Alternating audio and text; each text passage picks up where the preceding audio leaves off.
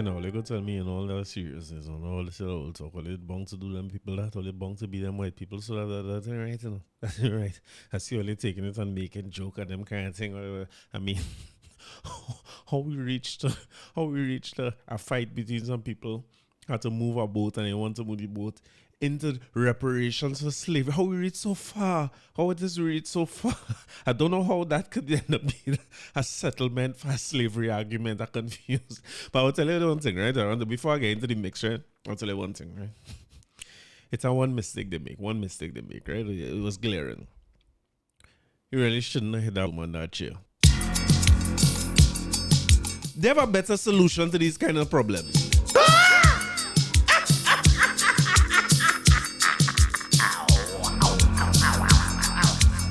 We will take a lesson from the elders, right? Lord.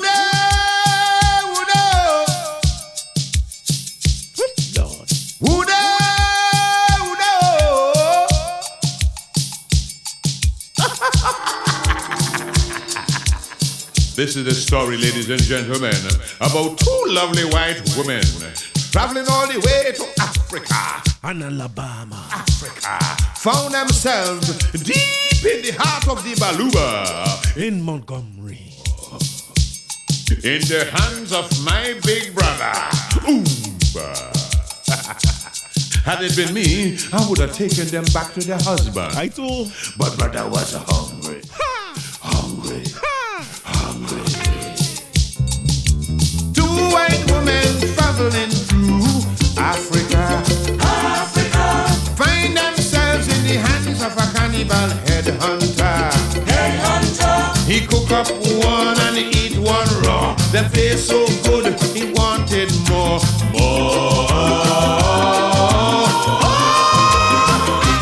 Me want more. I envy the Congo man. I wish it was me, I want to shake his hand. He eat until his stomach upset, and I never eat a white meat yet.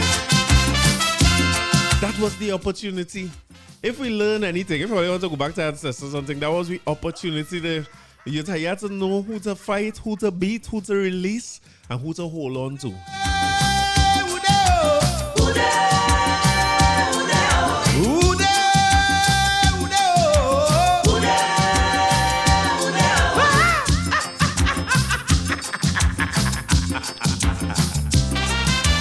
Peeping through the bushes to see what's taking place.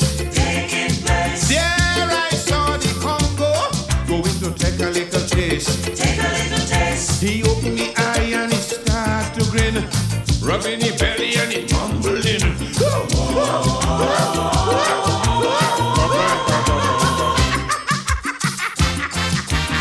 I envy the Congo man. I wish it was me, I want to shake his hand. He eat until his stomach upset. What about you, Rico? You never eat a white meat yet. You lie.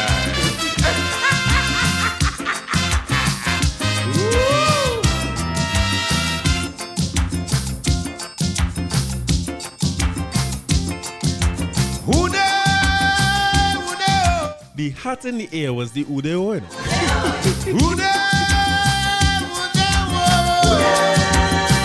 What you say?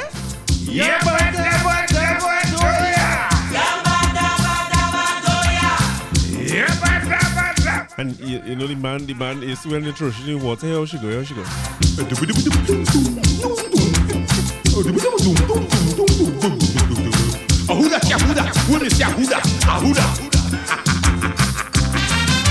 Tie them up and put them to lay down on the ground. Light up the fire and he started dancing. Wrong and wrong. One of the women started to beg. He bites it on his chest and then he catches it on his leg.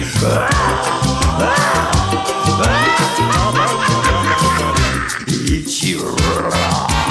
I envy the Congo man. I wish it was me, I want to shake his hand. He eat until his stomach upset. What about you? Never eat a white meat yet.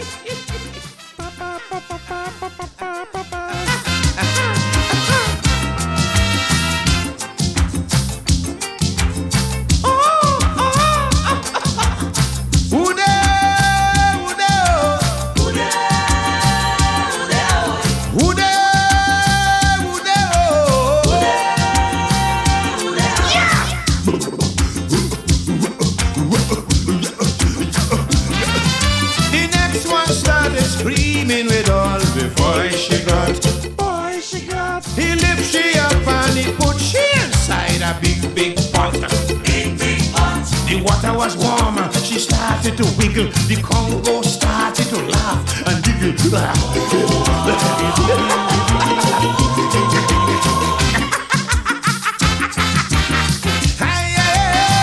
I envy the Congo man. I wish it was me. I want to shake his hand. He eat until his stomach upset, and I never beat a white boy yet.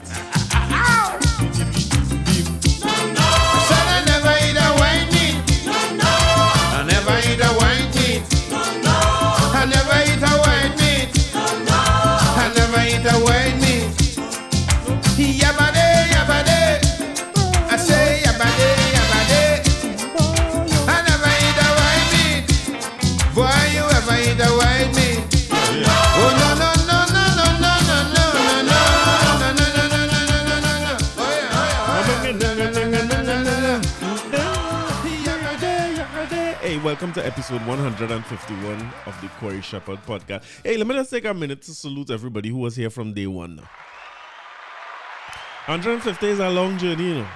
Salute to everybody who was here from day one, who listened from episode 1 up to today, you know what I mean? It's either a lot of love or it's a glutton for punishment. I don't know which one out of the two it is, but thank you, I appreciate you all being here.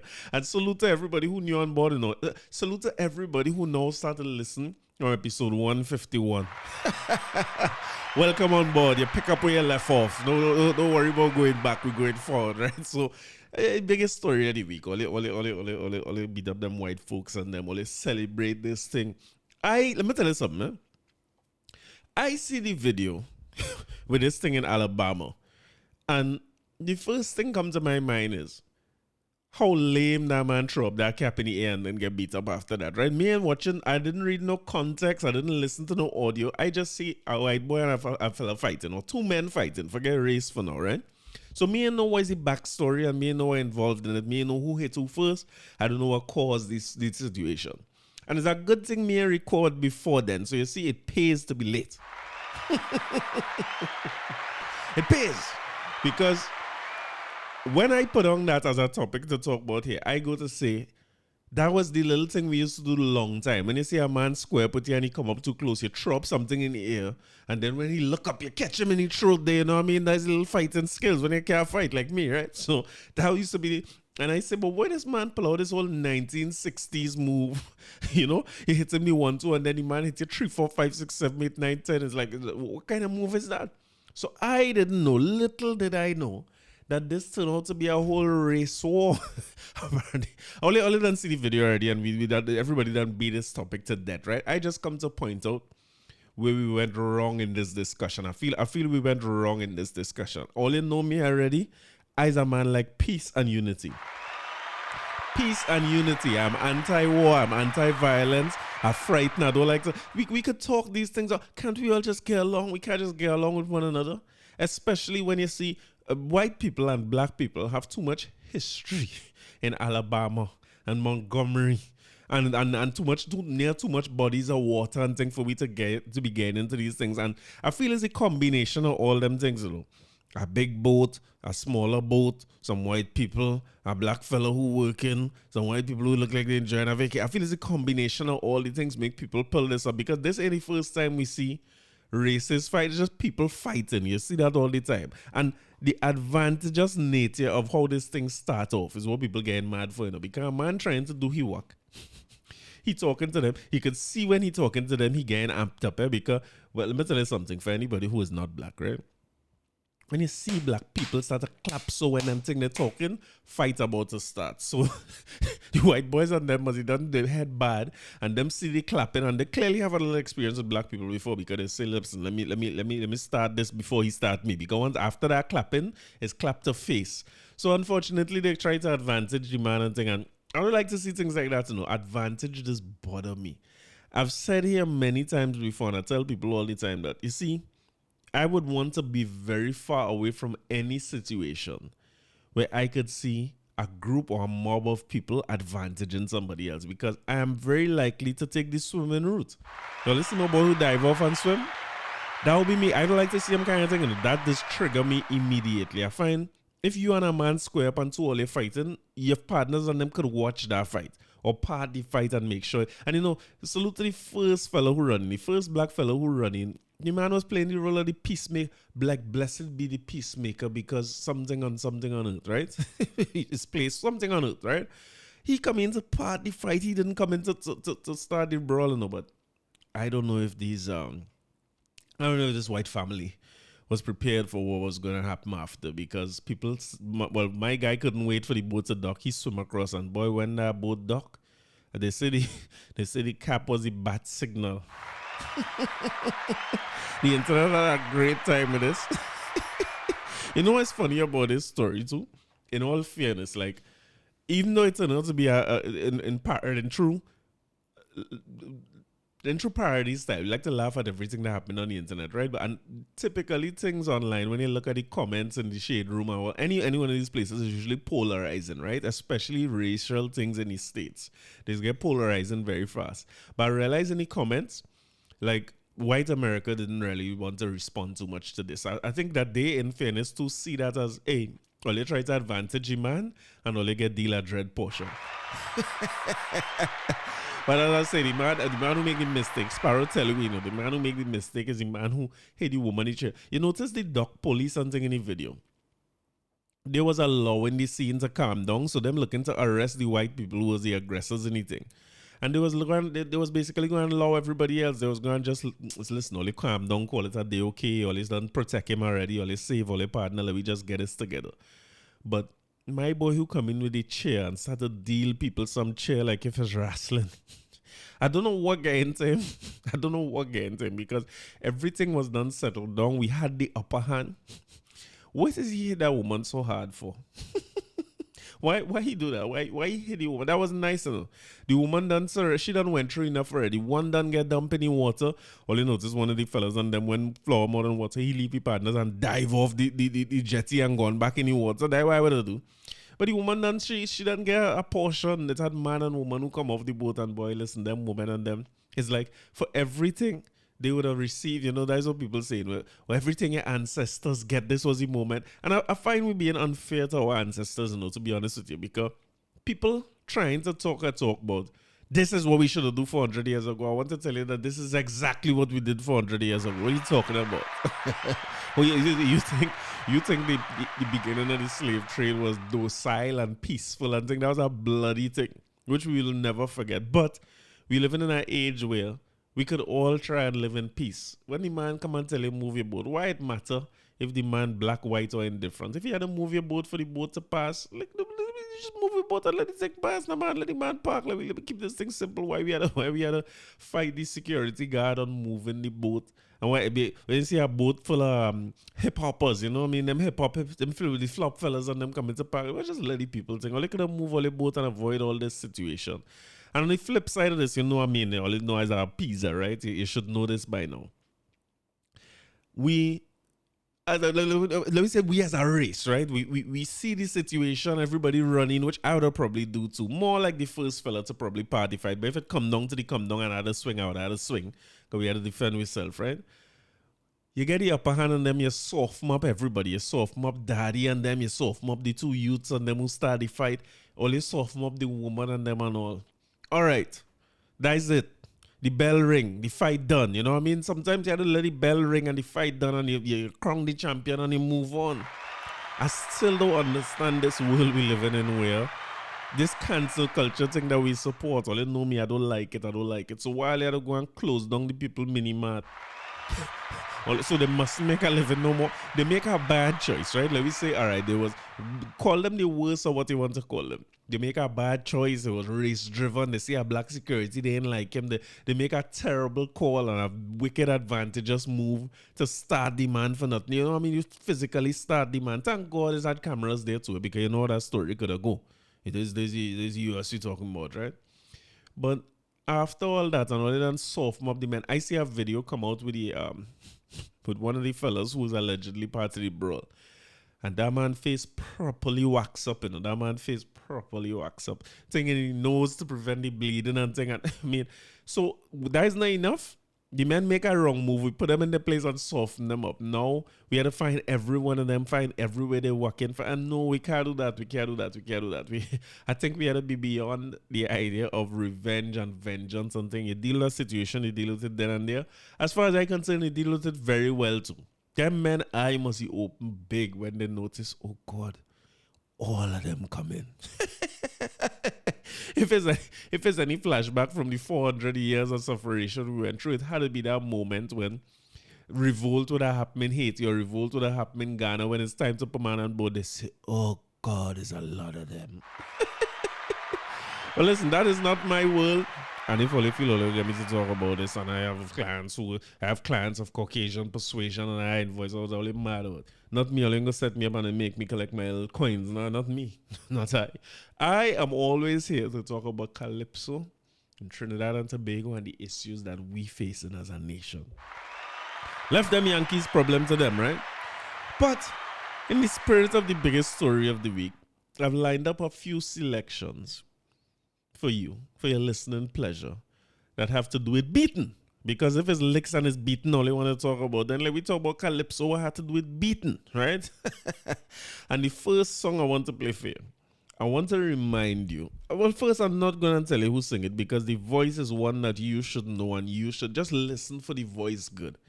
I'm pretty sure that most of the people who are listening to this never hear this before, but listen to the voice good and you can figure out who it is. I want to say up front that this song is not politically correct. It is not of this age. This was sung a long time ago. As a matter of fact, when you hear the voice, you would realize that it's one of his earliest songs in his career, right? But it's directly related to this thing when the man hit the woman with the chair, man. I ain't like that part. That man hit a woman hard. And while he went and run up the chairs on the Amazon, why we like this? Why we like this? We can't just let things live and let things slide. Come on. But that woman real hard. So I had to go and find a song that was along the lines of a man overdoing it where a woman is concerned. And this is not of this era, don't judge it by today's standards, but a way of taking this song from me, right? Taking the sweetness of this song. And hear who the song is about and tell me if all you could tell me who's singing this song.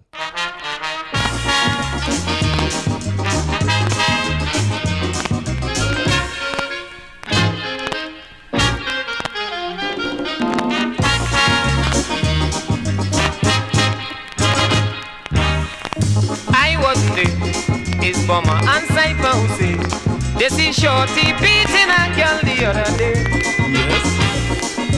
This big Calypsonian, I was made to understand. Put a severe licking on the woman. They say he could have done it privately and don't let people see. But in front of everybody, I hear Shorty lick she. Oh God, he lick she. Oh Jesus, he lick she. Was lick to she face, lick to she waist, he lick off piece of she pardon place and he lick she. Oh God, he lick she.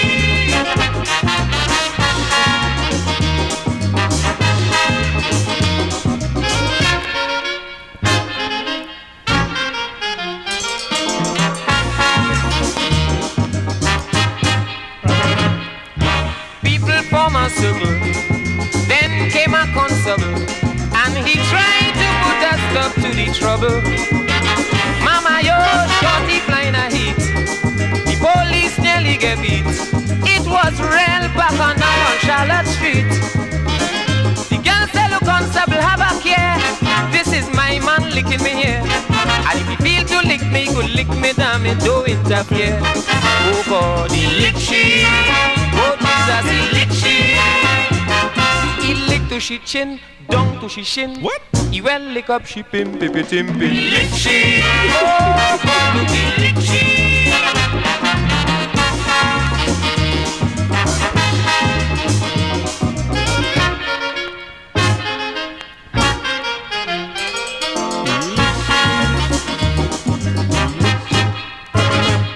Mama tell me the fight was great. Shorty lick out the girl plate. She get vexed and decided to retaliate. They said this girl was really tough. She make out a real hard stuff because she stand up there and take out 25 cup. Shorty get mad and he pelt rub and weep under it. And she hold on to it, squeeze it and start squeezing it. Oh God, she's squeezing. Oh Jesus, she's squeezing. Shorty start to shout, she says, shut your damn mouth. She squeeze it till she squeeze it out, and she's squeezing. Oh God, look, she's squeezing.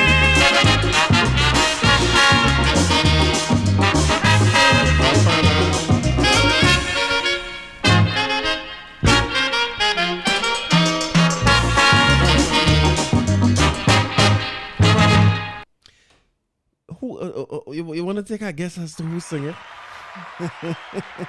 You know, Shorty singing about the great Garfield Blackman, and if the record says it right, Garfield Blackman might have write that song too.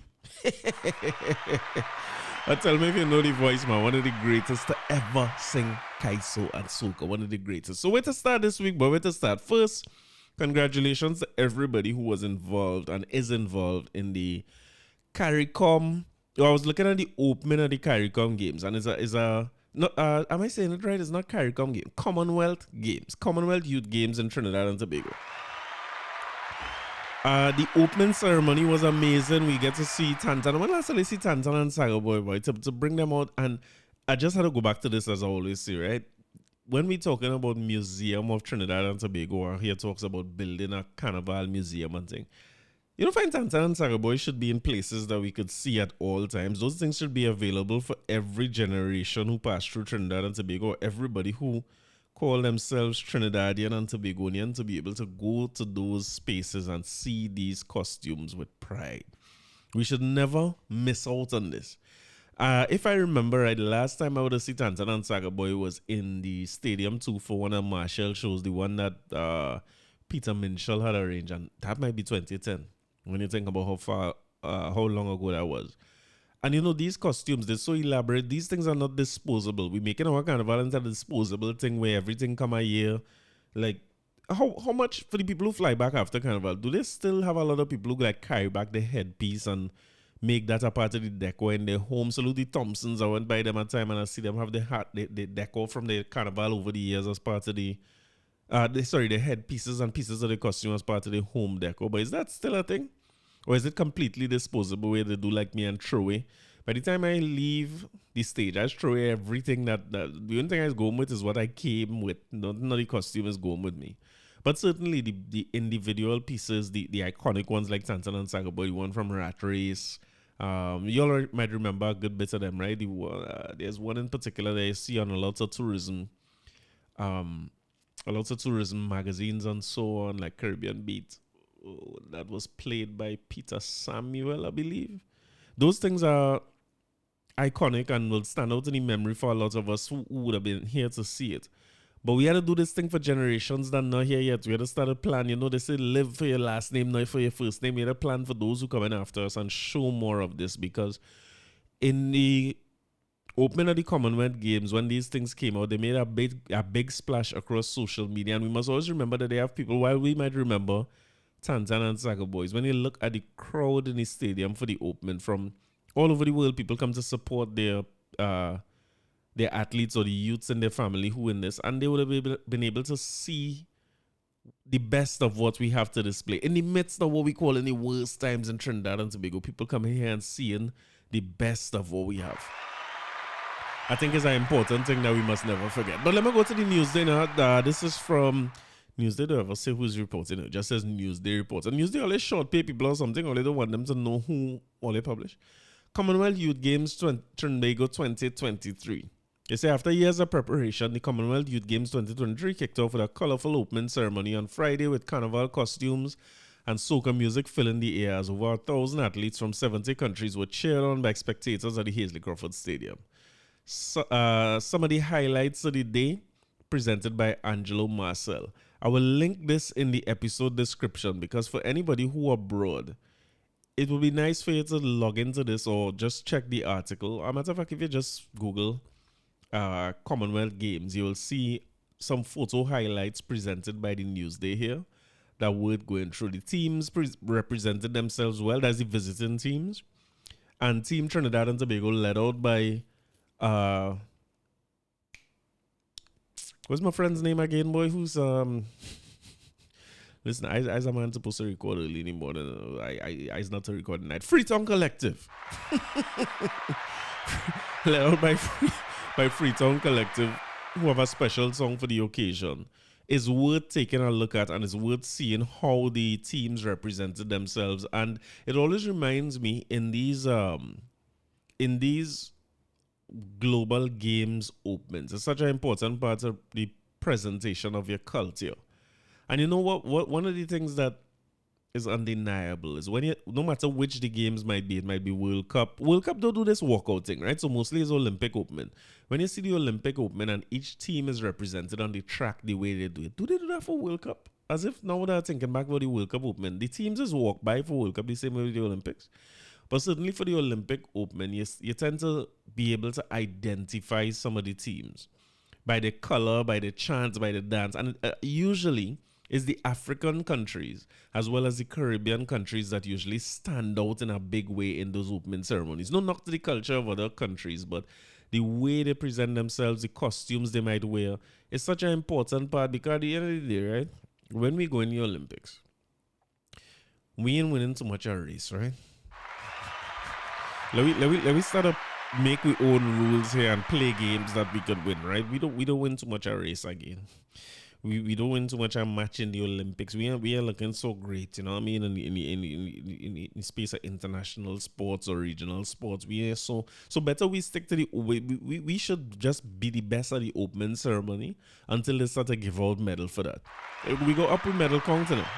If we send this kind of delegation we had here, it don't matter who you run. A matter of fact, we don't even want to send the athletes again. Just send artists and send pan, calypso, and soca, and send costume makers and wire bender and them kind of thing. That might be the better bet for for sports the way we're going in this country.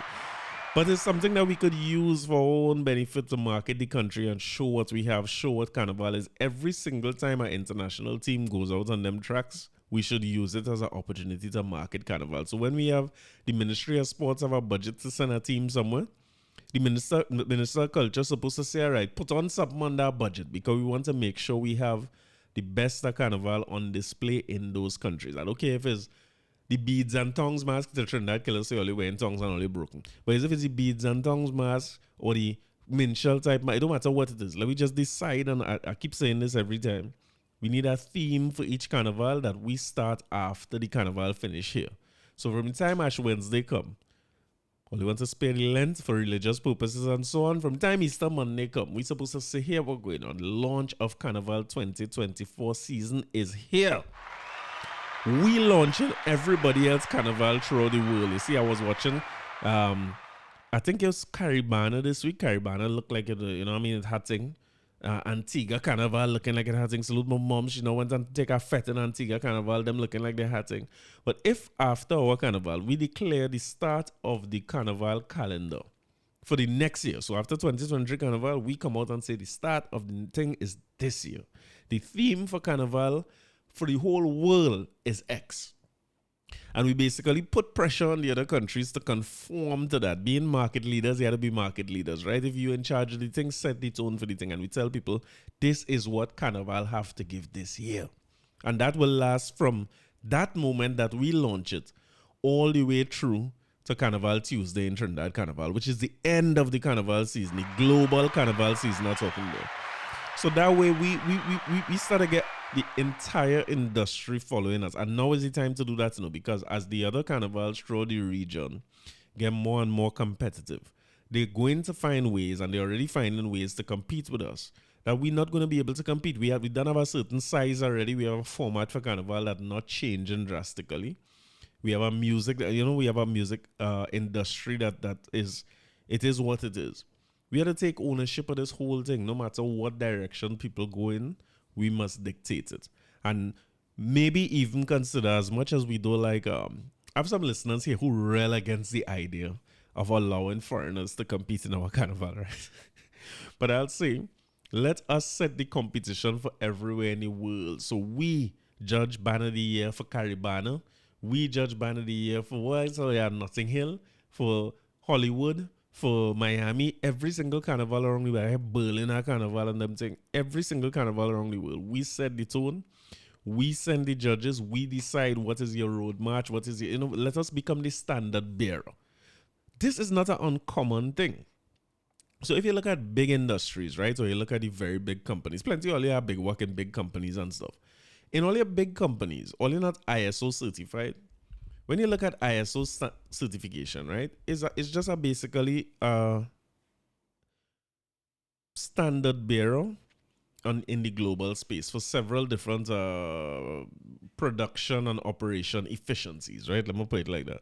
So what ISO basically saying is that I could certify you anywhere you are in the world based on a series of standards that I set up and a series of audits and tests that you must pass on a periodic basis. And that will ensure that you're compliant with international or global standards of production, of manufacturing, of office setup and safety. And why we can't just take a minute, right, and set up a ISO? Or we do want to call it ISO, you could say ISO, MISO. I could call it that and say that is what it is for Carnival. And we set up a repository of information that says this is what a Carnival is. If you don't fit into these standards, well, you cannot call it Carnival. You can't call it this. It's not that. And we could say that would entail a truck with a thing behind it and just do all the work. But I don't know. I don't know if we want to stop to do the work. Again, I don't know if we trust.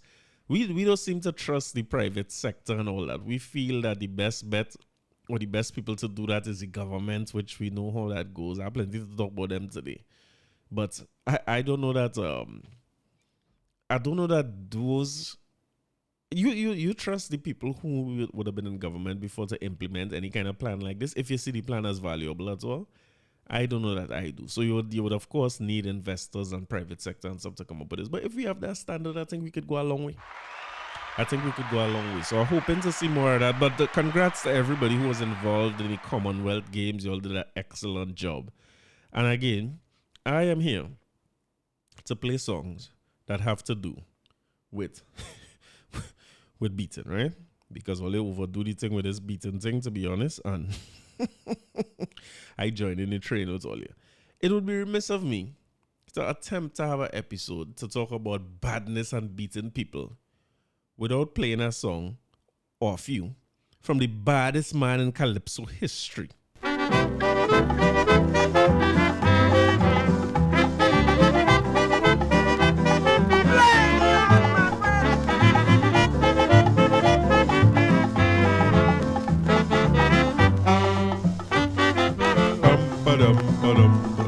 Move, let me get me share.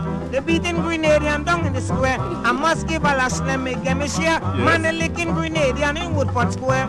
Since they here we have federation, all of them pack up here in the island. Immigration have them under arrest. The police beating them on arrest. If you see how they all in this camp and them friends, you're bound to ball. Some of them could read and spell, but they can't pronounce at all. The policemen telling them, say big, you stupid man. And as they say, hot, it's licks in the police van.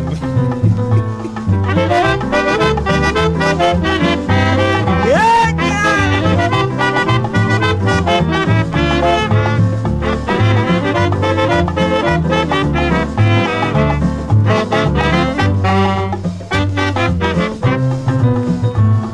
I first them Grenadian stupid. Hear what happened to one who named Cupid. I woke the man when to seek. The boss tell him $5 a week. He say, boss, me not tell you flat. Me not working for that. Alright, $20 a month. The boss say, that singing better. Me work right away. If you see how they all in this camp and them friends, you're bound to fall. Some of them could read and spell, but they can't pronounce at all. The policemen telling them, say, pot, you stupid man. And as they say, pat, licks in the police van. Bloody old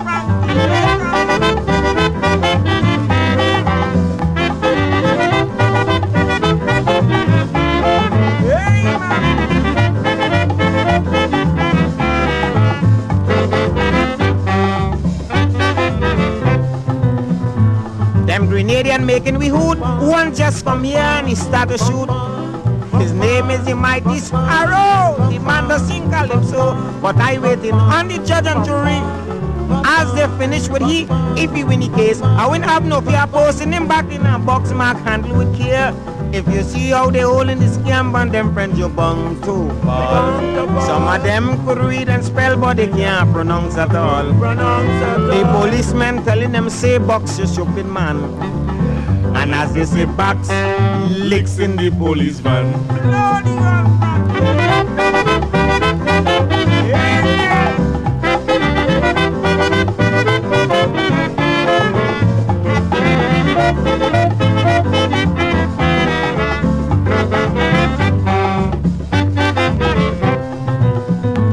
20 of them live next to me.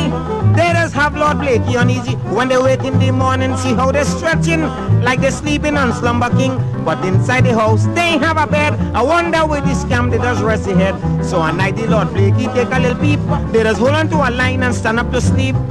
If you see how they hold in this scam and them friends you bound to ball. Some of them could read and spell but they can't pronounce at all. The policemen telling them say cross you stupid man. And as they say cross, straight inside the van.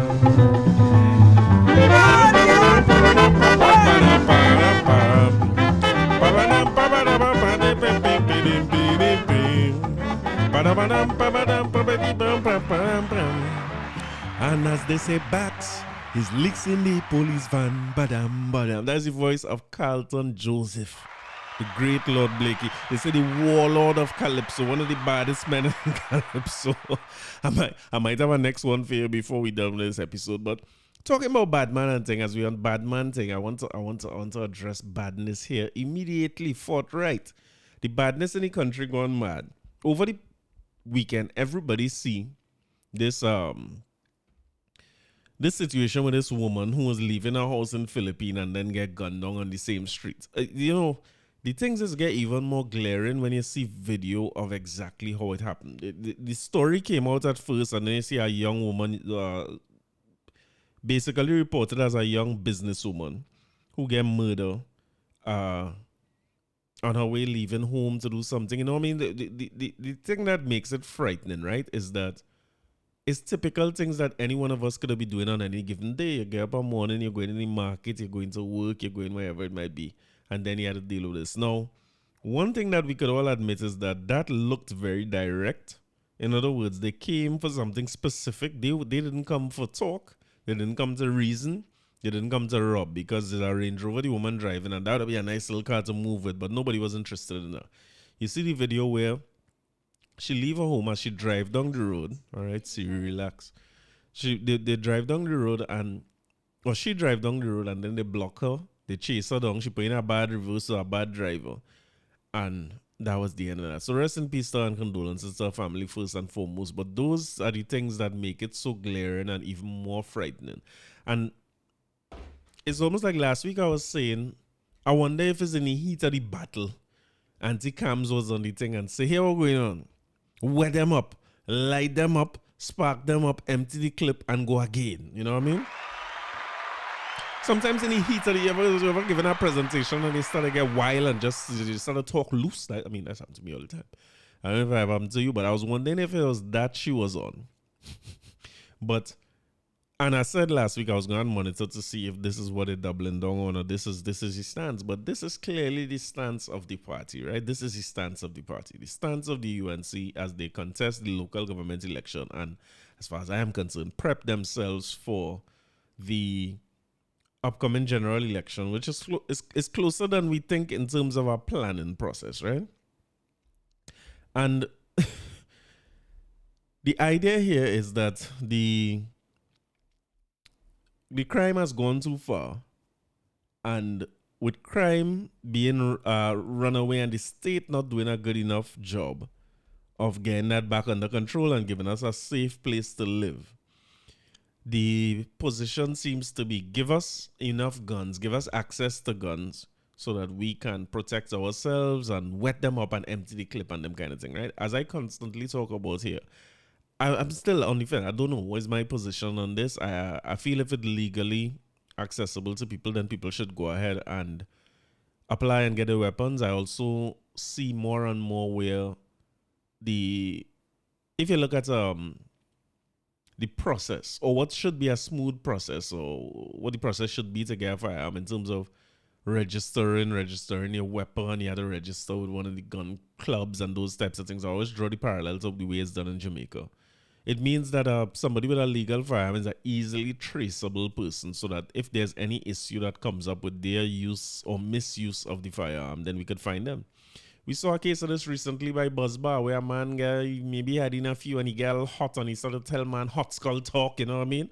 Everybody like a little hot skull talk, you know. But what he didn't cater for the hot skull talk is that the great Mark Besant was right there and Mark Besant was recording the whole thing, so that went viral. I assume that he may be penalized and no longer deemed to be somebody who is fit to hold a firearm in our society, right? Because of his actions at that time. But in the midst of all that, and with all the talk, you're hearing talk about this woman in the Philippines having a firearm. It's claimed that she's a legal firearm owner. I'm not sure if she would have returned fire or what it was done, but I want us to just keep in mind that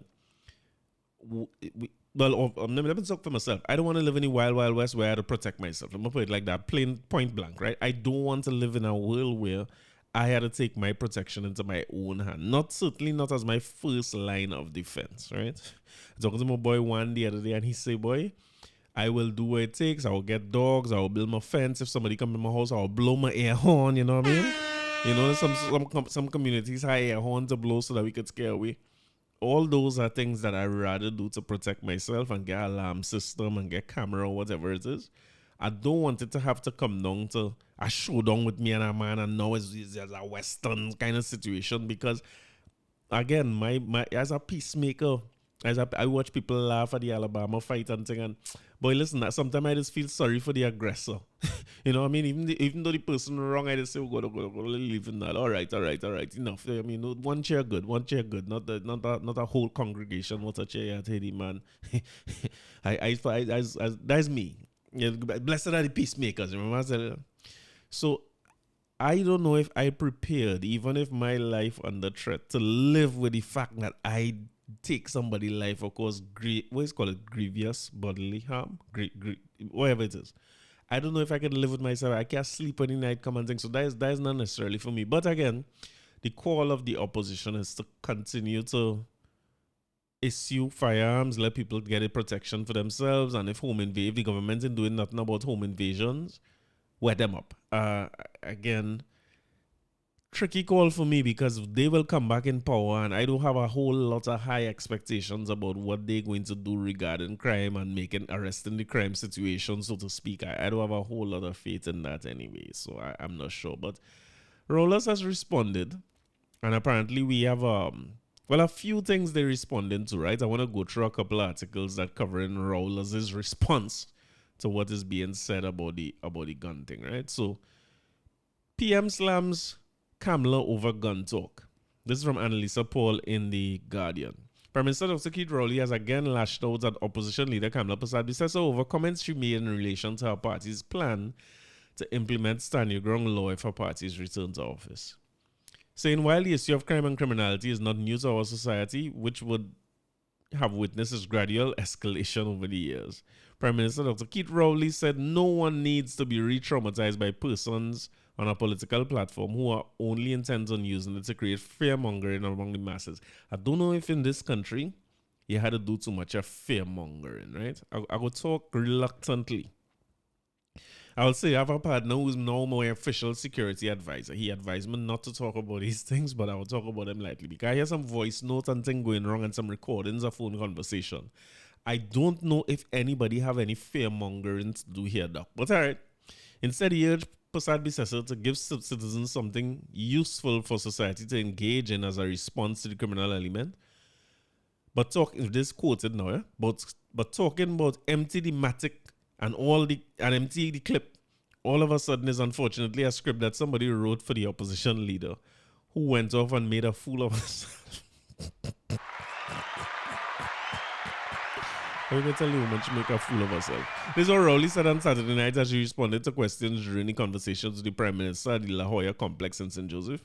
Rowley cautioned that there was a problem with the conversation being touched by Prasad-Bissessar. He elaborated, in our society, our young people who are fashion conscious, they know that lingo. They know what that means when you bring back when you bring that to center stage and bring it on a political platform to be part of the speech, you're not educating anybody.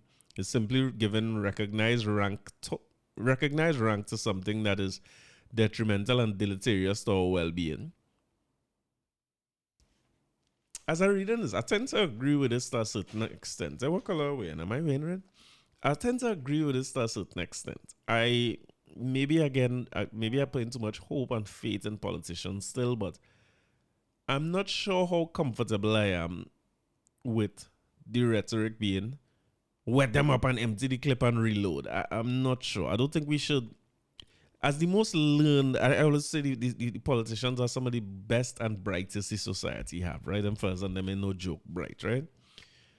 Kamala Prasad Bissessa herself has done a lot. You're well educated, you're exposed, you traveled, you know what I mean? You have your whole good jobs, you keep good company, you have a lot of, by any measure of what education is, you've been exposed to a lot of it.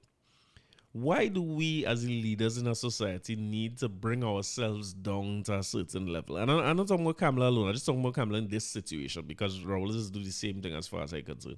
We tend to want to bring ourselves down to these levels, especially during campaigning. It's like we'll say whatever to stir up the masses, stir up the undecided, to appeal to your base, or to basically piss off the next side, you know what I mean? It seems as though there's no end to where it goes. So I think, I'm not talking about the stand your ground law now, I'm talking about the way it being described on a political platform.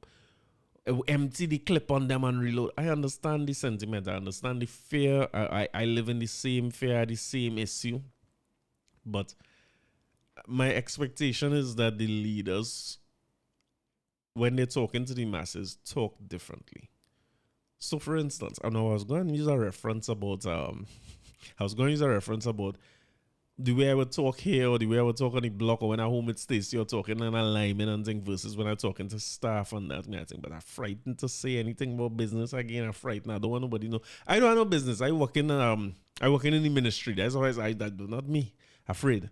So the rhetoric is what I mean. Like the statement, empty the clip and reload. Should that be the statement coming from? So let's assume that she's vying to be prime minister. How comfortable you are with the prime minister of the country saying, hey, crime bad, empty the clip and reload? That makes me a little bit uneasy, but that's just me. Rowley said, however, that it was unfortunate the majority of the nation's young people were not into that, and for those who were into it, they know what they are choosing as their way of life. Oh, sorry, he said, noting that such a law provided license for arm users clearance to act without proportionality. I don't think that's what it is either, Rowlers. I'm not sure that the stand your ground law gives clearance to act without proportionality. There is proportionality. The question is, what is proportionality? Our laws now say, I think it's equal and opposite force is the way it's stated. So I must prove that I must not overdo with the force that I use to stop somebody. But boy, listen, fear is a hell of a thing. Yes, what I supposed to do? I all like me who coward. So I close my eye, I turn my face, and I squeeze yes and hope for the best if somebody busts in by me. But I mean, you can't say that. So if a man come here and he pull out ice pick, I have to pour with my fan, go for ice pick. Now, this is such a tricky thing with our law now.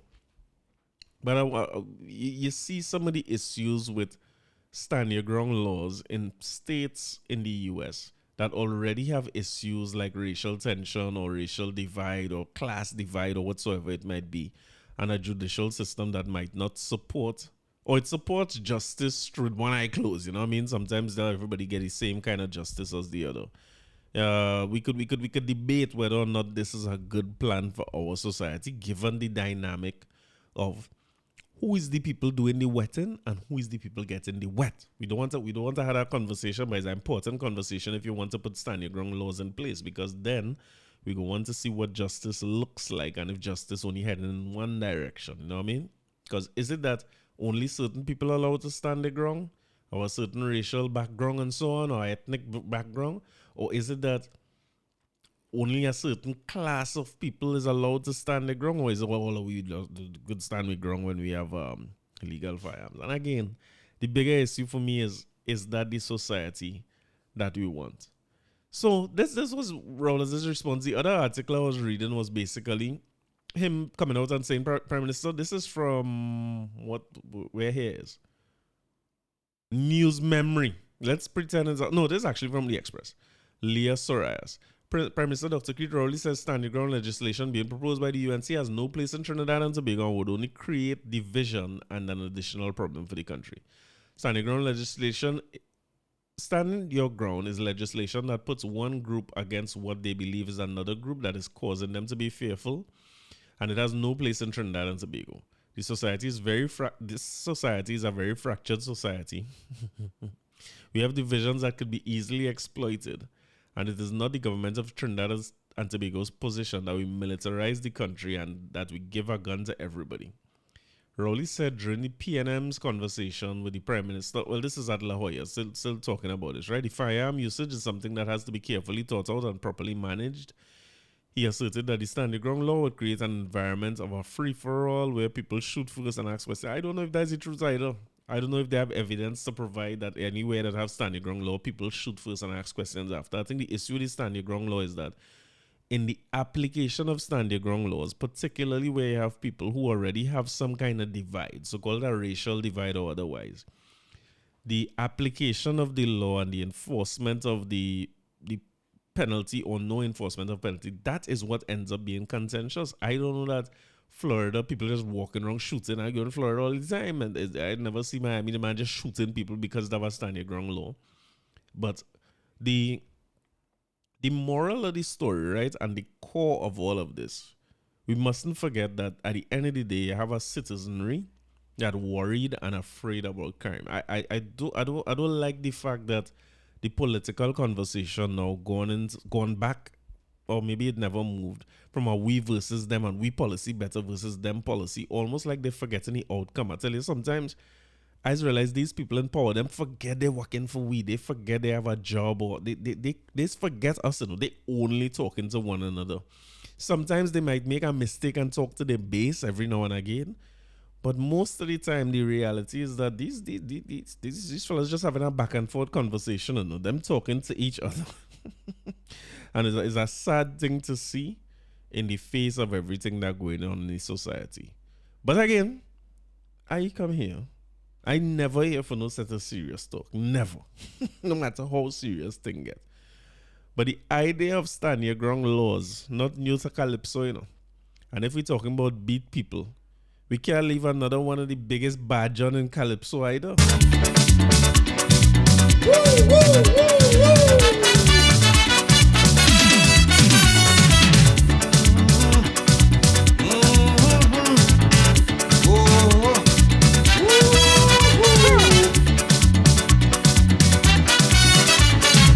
I don't tell my friends and my family not to worry. Any one of them interfere with me. Take it easy. Don't worry to beg the jury. Save the lawyer fee. And if you have any mail, I'm living in the royal jail.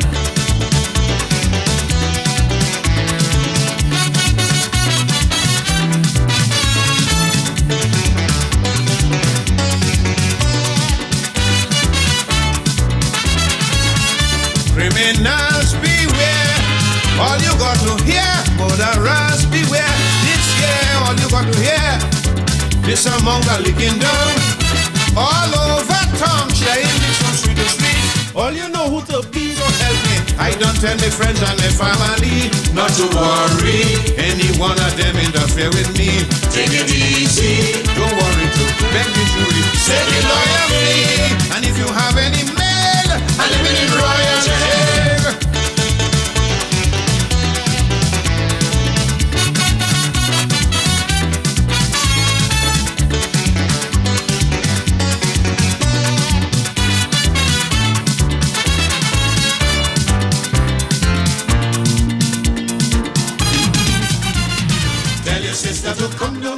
All right. That's enough, you know what I mean? It's like badness we come to talk about. His sister come down quick.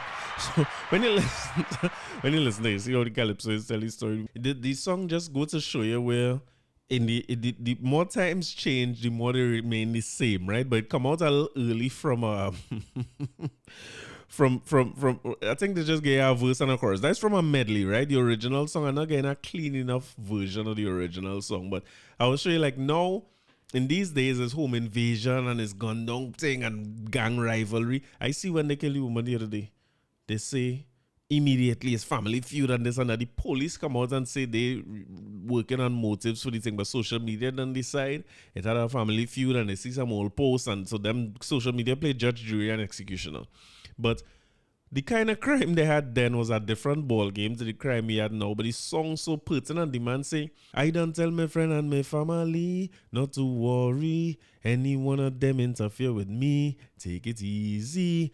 Don't worry to beg the jury, save the lawyer's fee. And if I have any mail, I live in the royal jail. So the story telling you the same exact issue we having now, we've been having since back then. So me know if the solution is to hand out gun now. But here the different level of crime they had back in the day, right? Here the verse where they leave out, right? He say, all around them club, used to see them, they begging for bob. When you pass by Strand, they stretching their hand. Partner, give me something there. You ain't have, so you walk away. Next morning you get up in a ravine, your head bust your pocket clean. Now tell me, I don't tell my friends and my family. So my right song. But again, the song and them, and this might be words for debate. So. But the song and them telling you that the thing can't pass, right? All you go and listen to the original song and hear what they talk about St. James. I don't like that part and I don't like that verse. That's why we ain't playing that verse, because St. James is still one of the most peaceful and law-abiding places you can find in the country. But go and find Sparrow Royal Jail and listen to the whole song, you will hear it, right? But it's the reality. The times change and the level of crimes change. But again, the more things change, the more they remain the same. Going back to my lady Kamala, right? I have a little clip to play for all you. I hope all you hear this by now, but it's thoroughly impressive to me that not only are they talking about stand your ground and empty the clip and reload and wet them up and stuff. The newest development this week is that they are going head first into a supportive, in other words, they openly stamping and supporting the Trinidad movement and the songs that the people singing, right? They openly coming out and saying now they are supporters of Trinidad. Salute to Macamillion, who is part of the party, who is maybe the only person who might know Trinidad music and understand what Trinidad is. He's again, what you want to call it, manager, producer. He in music for a long, long time. Maybe Anil Roberts as a lineman thing know a little bit, but I can't tell you anybody in the UNC who I would say offhand is like a Trinidad fan or anything like this. But listen to the words the leader have to say. Don't take it from me. Take confirmation from the leader of the UNC. The Right Honorable Kamala Prasad Bisesa. 2020 we had an artist singing with us. His name, Prince Swammy. He's now passed away. May he rest in peace. A few moments later. That's why they're shocked. Thank you. That's why they're shocked. I understand what our young people are saying. Oh, Maka, Prince Swammy is alive. Please forgive me. We'll hear him sing again. We will hear him sing again. Thank you so much. Listen, these people, they're good special. They're properly special. This woman say Prince Swammy and he's now passed away. And so little boy Kingston was pointing out to me that this woman is reading from a piece of paper. She must be blind like me too because she watching Swami and saying Swami. But she says Swami dead and then she resurrect him immediately. You can't go wrong with that. The most you can hope is to correct your mistakes. I, who full of mistake and full of flaws, should never really be pointing out nobody mistakes on this platform now. But I want to give you a little quick reminder of what it is Prince Swammy sing for UNC. If you don't know, Prince Swammy is one of the top Trinidad artists. Easily, I mean, probably the biggest one out of all of them. And with songs that, regardless of what you think about Trinidad, and when you listen to some of Swammy songs, you go bound to like a few of them. They're well produced, really, really very good music, the man produced it. And they have one this year from Boy Boy too.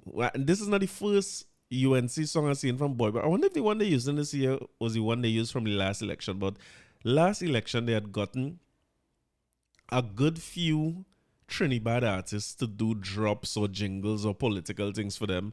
Mostly, I'm not sure if at the, you could do corporate level like at the UNC song, or you could do a song for somebody in a constituency. I know they had a good few people who had gotten songs within the constituency. And I guess PNM answer to that was PNM had gotten a right foot, left foot PNM kind of Trinidad version of a song done. It was kind of bad. But UNC had used Trinidad Killer. I know they did Boy Boy, and I just want to play for you a sample of what they did with Swammi.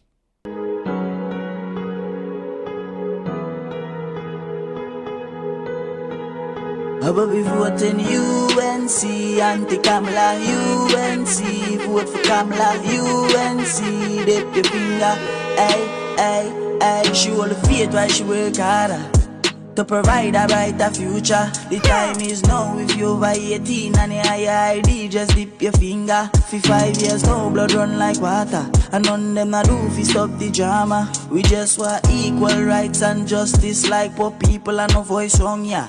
Hey, price gone up in a custom. With business of them thing we not custom. Watch out them close metro chin down, and the hospital bed still run down. Every day I get the youth I get gunned down. Water in the pipe and they know it still a flow brung. Like them have to take the get the youth see them clown. You see the next party them better back down. Me never know them woulda make the country hot so. Miss business you feel know we need you. Street them attack so we not go fight them. Every seat come now. Me never know them woulda make the country hot so. Miss business you feel know we need you. Street them attack so we not go fight them. Every seat come now. But we voting UNC, anti-Kamala UNC, anti-Kamala UNC. Distance and wash your mouth. Listen, I don't remove that from the thing. All you wouldn't believe how often I press that wash your mask thing. I don't time to edit out nothing, so I got a whole lot. I remove that from this thing. Every now and again, I just get a reminder of that. But yeah, so that was Swammy. That was Swammi's song for the UNC. Salute to Prince Swammy, top dog in the Zesson and Trinidad movement. And again, that was for last election, so heading on to 3-4 years ago, and it continuing to be a thread in the local government election. Now, I can't remember, but pretty sure there was not a lot of talk on the campaign about any party supporting the Trinidad movement or coming out openly and saying that. But this week, I see people coming out and saying the Trinidad movement is thing, and that's what the youth's following and they're buying into it. So, again, it was clearly a play for votes. It's clearly a play for understanding. If you listen to what these songs say, if you have an ID card and you're over 18, it's very, very direct. And this is what the youth's listening to. From the standpoint of the artist, right? If you were an artist or a calypsonian or anything, would you join that? Like, would you sing them kind of songs for political parties? Like, some artists stay away from it completely.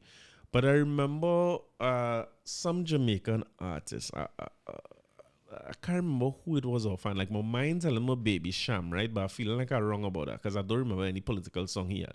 But there was a time when, of course, ILP versus, not ILP, them still around? JLP, Jamaica Labour Party versus PNP. The dancehall artist is a big part of how they campaign now, right? And artists that might be, which is surprisingly to me in Jamaica, might be frowned upon among the political class or the upper class or the aristocrats, that's what you call them, among the society. Don't really like dancehall that much or what dancehall stands for, but boy, they get to like them around politics time.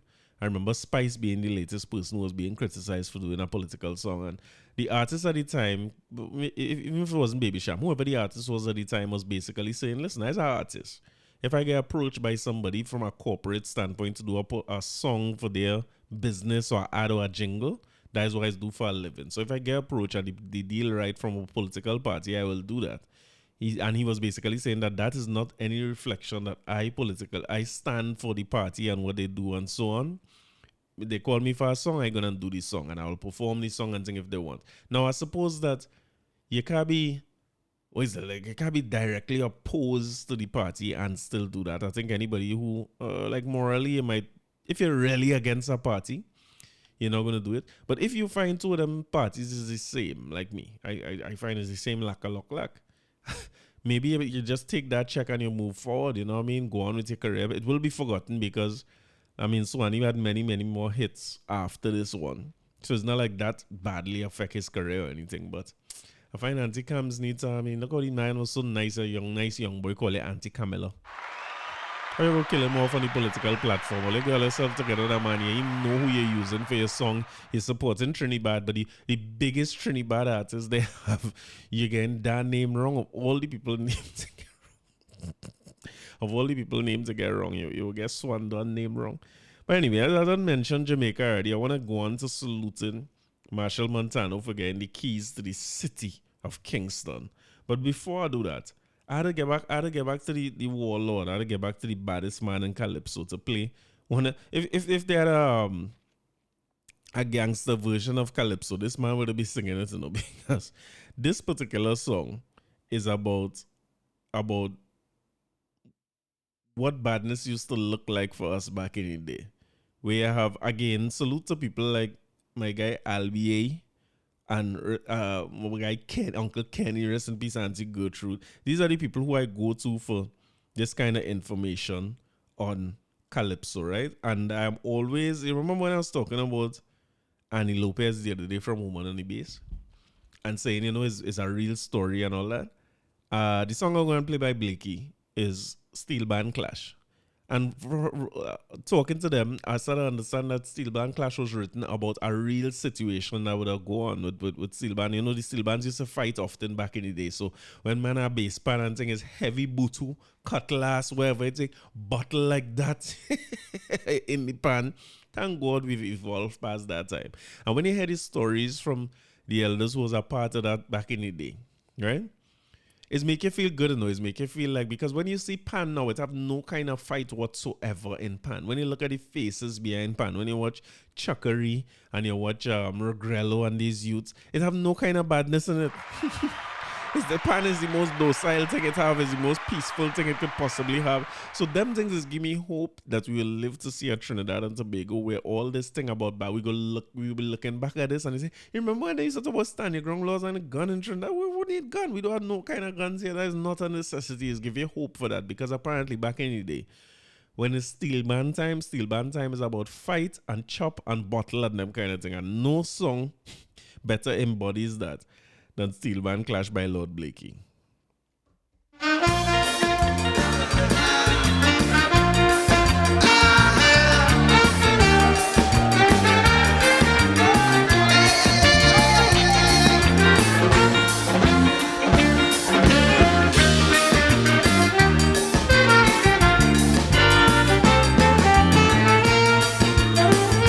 It was a bacchanal, 1950 carnival.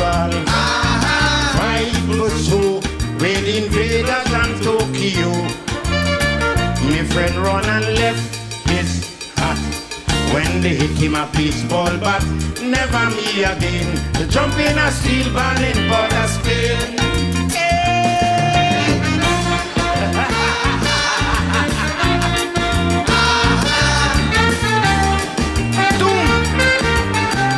Mr. Bill Trotman here, Queen Ignorant.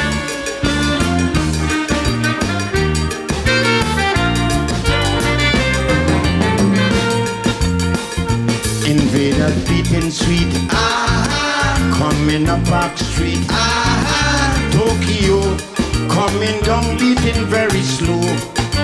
And friends when the 2 band clash, Mama you, if you see cutlass, never me again to jump in a steel band in Port of Spain.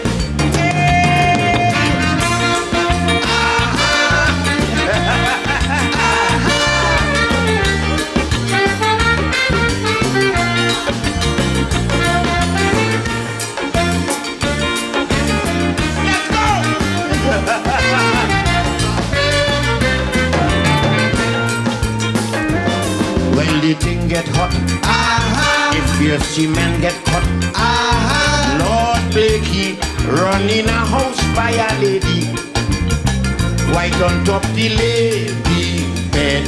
They bent a bottle and bust me head. Never me again to jump in a steel band in Port of Spain.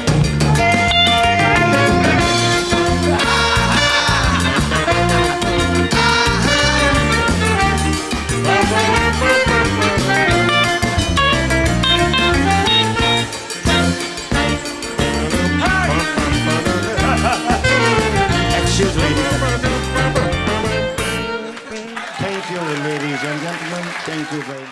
Late great Lord Blakey, boy. Bad Calypso. And bad in many ways, apparently. Bad in many ways. You know what I mean? It's for us tough guys. But again, Marshall gets keys to the city in Kingston. I don't think I would have ever lived to see this, right? There are two sides to this story, but Jamaica honors soca star during independence festivities, right? So Jamaica independence was last week. Happy independence to Jamaica. We're independent like hell. We ain't coming up. So, King of Soca Marshall Montano has received keys to the city of Kingston, Jamaica, in recognition of his music career, which has positively influenced fans in the Caribbean and in the world. Montano was honored as Jamaica celebrated its Independence Day at the country's national stadium on Sunday. Happy 61st to Jamaica and to Trinidad and Tobago, Montano said after receiving the award in front of a packed stadium. So we turning 61 too. This is what Marshall told me. I'm very proud to say I was born in Trinidad and Tobago, but the first time I ever went to school was in Jamaica. What? Hold on. Let me read good. I'm very proud to say I was born in Trinidad and Tobago, but the first time I ever went to school was in Jamaica. I went to school at Mona Basic. My brother went to Hope Valley Experimental. So Marshall is not just Trinidadian, proud Caribbean, Jamaican, proud African. If you're proud, say yeah, proud and strong. Wait, hold on. What is he? Why is he saying this the first time he went to school? I confused about this. I missing something here? Anyway, in 1976, at the age of 2, Marshall and his brother Marcus, who was 4 at the time, moved to Jamaica with their parents Elizabeth, Lady Montano, and their father Winston Monty Montano. The senior Montanos were both former teachers. Lady pursued a bachelor's degree in education, while Monty took up geology at Mona campus. We took our children with us and continued to teach them our values, Elizabeth said yesterday. There's a manifestation for every action. Love one another. This has been Marshall's mission since he was a little child. If you listen to this music, the common thread is always love, unity, and peace. Okay. All right, I'll get out. She said she added, Marshall has worked with about 25 Jamaican artists, opening them up to soca music. He also worked with legendary Byron Lee. He continues to work with Jamaican artists and other artists around the world. This is a very proud moment coming to fruition. Yesterday, the international entertainer took to his Instagram page to highlight his latest achievement. Thank you, Jamaica, for the keys to the city and your hearts, as I definitely felt the love of the 38,000 in the stadium last night. What a proud moment for Caribbean unity, Caribbean culture, reggae, soca, dancehall, Afro-Asian, all present in the celebration of music, he added. Jamaica Prime Minister Andrew Holness presented the citation to Marshall Montano amid screams from the crowd. Prime Minister Holness also highlighted that both Jamaica and Trinidad and Tobago are celebrating 61 years this year. He said, we are part of a Caribbean family, and one of the things that joins us together as a people is music. Music is unity, and your music is about the unity of Caribbean people. We are so proud of you, and it is our great pleasure to have bestowed the keys of the city of Kingston to you as an ambassador of the Caribbean and Caribbean people. God bless you. The CEO of the Kingston municipality says some words too, right? So, salute to him. And I appreciate the fact that Marshall, the reason I say I don't think I would ever see that is because, again, when I was in Jamaica, I don't know that there was such a resounding reception to soca music that any soca music or soca artist could get the keys to the city. At the time I was there, it wouldn't be Marshall. I remember when I went to Jamaica the first time, really, maybe the first time I ever went, Jambi was the song for our carnival at that time. And I remember still my friend Simone was playing that for a good friend of mine named Desmond over there.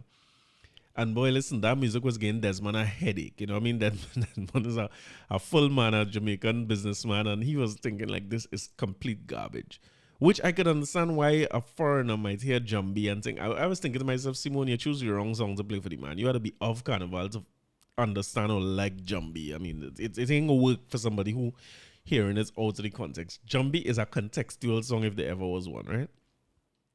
So to see us reach the point where keys to Kingston being handed out as soca artists is a huge amount of progress in 20 years. And I don't want to discount, I don't want to act like if when I went to Jamaica was the first time they ever hear about soca, because of course Brian Lee and them were there introducing and flying the soca flag for a long time. They have an artist named Lord Laro. I played him here a few times who would have been from Trinidad but living in Jamaica and making. And if you go back to people like Lindsay and so on, they would have talked about people who in Trinidad who would have contributed to what is the sound of reggae now, and reggae coming from Calypso. So I don't want to talk like if 2008, 9, whenever I went there is when things start, right? I'm just saying that this, what we call in soca music, the festival and carnival music, is not what it was there. It's not what it is now. It wasn't what it was back then. So to see somebody getting that, and if somebody had to get back then, it would be Destro. It definitely was not going to be. It definitely was not going to be Marshall. Marshall wasn't as loved as Destro them times. But clearly, a lot has changed. Jamaica, I saw within the last few weeks, Marshall was performing there. Not Marshall, Bungie and Fayan. Huge sellout crowds. People singing along with the song word for word. You saw it with Marshall as well performing in the stadium. One of the things that I enjoy seeing as well is, I can't remember what was the occasion, but I saw Bungie and them on stage and Bounty Killer on stage vibing with them, and you see it with a lot of dancehall artists vibing with the soca artists, just hyping the song. Bungie and Bounty Killer had no song together, but one of them call out the other one, and they do some songs, you know what I mean, back and forth, and they chant back and forth, and that is nice to see, because again, that's not something I thought I would have seen certainly in my lifetime, at least my lifetime liming and thing. I still lime, but I never thought I would have seen that. And you see Kes and Shaggy having one of the biggest songs that cross the genre with "I'm in that mood." That's one of the biggest songs that they have. So that is great to see. Now my question to this, and I don't want to rain on this in any way or make anything negative about this, but I had to ask. How many dancehall artists now have keys to the city? I want to Google it. I'm feeling like I'm not going to come up with much dancehall artists with keys to the city, keys to Kingston. Because, again, from my limited view, I don't know how well received this would have been in Jamaica, because if I make reggae music from scratch, and that is my genre that represents me all over the world, and I make dancehall music out of Jamaica, out of reggae music, right? If you want to call it that, and add ska music and so much other genres of music. I'm not being xenophobic or anything, and I don't want to be bad talking Trinis. I don't want to be the dude who's saying Trinis don't deserve this because, and I'll get there too, but Trinis don't deserve this because we had a good Jamaicans. But I'm just questioning the attitude towards dancehall and reggae in Jamaica. Sometimes make me worry, because you see, Trinidad is a place we love dancehall music and love reggae music. Many people who travel here who thought they would be here in soca year round will quickly realize that on the radio for many years, maybe up to the most recent years, you will hear much more dancehall and reggae music on our airwaves, so particularly urban airwaves, than you would ever hear Trinidadian music, which used to be a complaint here, right? So we embrace reggae music. Several dancehall artists and reggae artists have come here and sold out shows over the years, right? The Bounty Killers, the Beanie Mans, all the way up to today with and maybe Flower Gun and them Daddy Lizard and them fellas. Let me just start from Bounty and Beanie. All the way up to Skilly Bang and them who come last week. And those shows ram. I see Byron Messiah and Savannah the other day. People embrace that and they love it, right? At ground level, it is embraced. And even if you want to talk about like legacy acts like Boris Gardner, John Holt, all these are Ken Lazarus, the men come here and make a killing on Mother's Day show and things. So we embrace that. And I wonder sometimes about Jamaica's own embracing of their music. Because one of my first trips to Jamaica was on an Independence Day in Jamaica. I booked the flights to get some business done over there, not realizing that their Independence Day was this. When I get up to make moves the morning, I realize the whole of Kingston empty. It's like, what going on? It's Independence Day. You see, ignorance is a hell of a thing. And I say, all right, I don't do shipping this already. I waste my time here because I waste a whole day on the ground. I must say, 3 days I booked the flight for, or booked the trip for. And I booked it around a holiday. So I say, you know what, let me make the most of this. And I remember going on Knutsford Boulevard at that time. I was staying in a hotel called Courtly, right? You could leave Courtly and walk up to Knutsford Boulevard. And it was amazing for me to see like the block of Knutsford Boulevard and the past stage there, and the people who I was seeing performing there is like Alton Ellis and Ken Booth and people who I would know. John Holmes was there as well. People who I would know from listening to Song Clash, right? When it's tune for tune, them is the men who tune playing. And it's the first time I get to see them in real life, and I was super excited there to see it. And the people who were there looking at it, the whole crowd was enamored by it. It's like being in a Trinidadian crowd watching reggae artists. It's like the same amount of love. So it's like the love for dancehall music or reggae music not missing from what you're seeing on the ground in Kingston.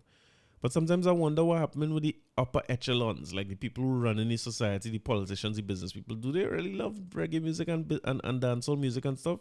I'm saying that Marshall, as far as I'm concerned, deserves keys to the city in any city he go to in the world. And that's my bias talking, right? Because Marshall is one of the greatest artists of all time. There's no city you could deny Marshall in, but it makes me wonder, like, you have so many artists. You know what's one of the things I saw? And I saw somebody talking about this on YouTube, right? I saw Freddie McGregor performing in Sumfest. And it's just so funny because Freddie McGregor had a bad experience in our customs or immigration or something here, and he said he never coming back to Trinidad. But if you know Freddie McGregor, some of the biggest reggae songs were done by Freddie McGregor. You Google him, right? And listen to him on your own time. He's good. He's bad. Bad artist, if you don't know, right?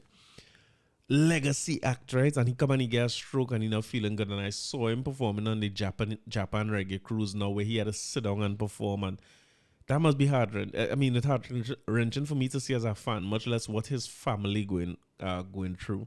And his son, I mean, them first Big Ship Productions, they have their own thing going on too, but the son traveling with them and they're helping, the backup singers helping him. And you know how it goes when we saw Sparrow go through that, right? Where he had to sit down and perform. And I saw a very emotional Freddie McGregor perform during Sumfest, doing his big hits and so on, and emotional about the love and everything that he received, which was enormous. So it's surprising to me that somebody like Freddie McGregor don't have keys to the city. But Marshall Montano, you're given I find it like I wonder if I overthinking this, or would you feel disrespected if that's the case? So I don't know. I can't see why people in Jamaica would not be upset about this. And I hope we as Trinidadians who are happy for Marshall and everything. I don't want to take anything away from Marshall, but I just want to understand, where are the accolades for your own music? Like when Bob Marley is not a national hero of Jamaica, or your biggest reggae artist who might be ailing, might be going through things, might be handing over to the new generation. Where are their accolades and why they not hung high? Well, actually, I can't say hung high, that ain't sounding good, but why they not revered, and where their statues around Kingston, and where their keys? I mean, Freddie McGregor sing a song named Keys to the City. I don't know. Maybe I overthinking this. I'm not feeling good about this. I'm happy for Marshall. I don't ever want to be. I mean, all you know me well enough, right? I'm glad for Marshall, but I ain't feeling good about the fact that I don't think there are many reggae artists, and probably no dancehall artists who will ever get no keys to the city for nothing. When Marshall get that, and the argument will be, because I see it in his speech, that you're promoting love and unity and peace and togetherness and stuff. And I mean, I just think it could be a slap in the face. Let me add a layer to it, right? If tomorrow you were to find out that Marshall, David Rudder, who else you want? Sparrow, Blakey, Kitchener, Voice, Cohen Dubois, all our biggest artists, none of them are keys to Port of Spain. But them men called on Barris here and say Barris again. Listen, we gonna be in that not gonna happen. That I don't know how. That is not going to happen in Trinidad. Let me put it that way, right? Because you talking about revolt. I'm not sure. But listen, that ain't happening. You better do that as a private ceremony, because that is going to be a huge problem in Trinidad, and that ceremony is not going to go on. It's not going to go no further. From the time that hit social media and the who is who started to talk about that ceremony again stopped, and they are going to have to pull back that decision. So you see where I'm coming from, right? Because I'm surprised that this was done.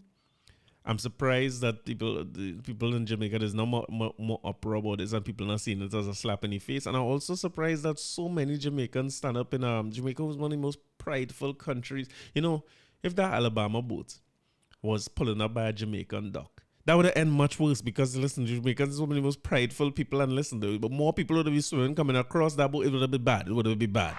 They should thank God it's black Americans who there, but Jamaicans fly the flag everywhere and things. So I was a little surprised and moved to see so many Jamaicans in the stadium just enjoying that show. Like it's nothing like only honoring another genre, honoring somebody from a next country before you're honoring those in your own land. But again, maybe I'm overthinking it. They say I talk about them kind of thing too long. Sorry, I did talk about it too long, but I ain't feeling good about it, so I wanted to make sure that it was said. I find something inherently wrong with that system that rewards. Anyway, nearly time for me to get out of here, and I have a whole long list of things in front of me. So I saw an article that I want to bring up here that said the Great Resignation continues as 1 in 4 look to change jobs. The Great Resignation is something that they say during COVID, they're equalizing or a sort of a rethinking of what people really want out of their working life and what they can contribute, right? So I'll read from Joel Julian here. This is from late July. It says the Great Resignation continues as 1 in 4 continue to change jobs.